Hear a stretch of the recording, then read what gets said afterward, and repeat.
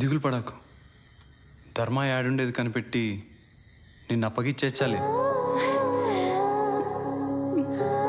నన్ను దీవించన్నయ్య.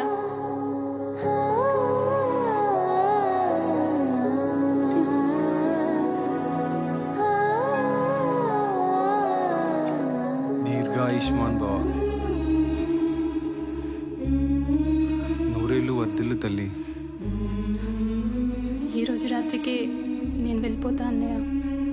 ధర్మ యాడుండేది నాకు తెలుసు. నీ రక్షే నాకు శ్రీరామ రక్ష అన్నయ్య.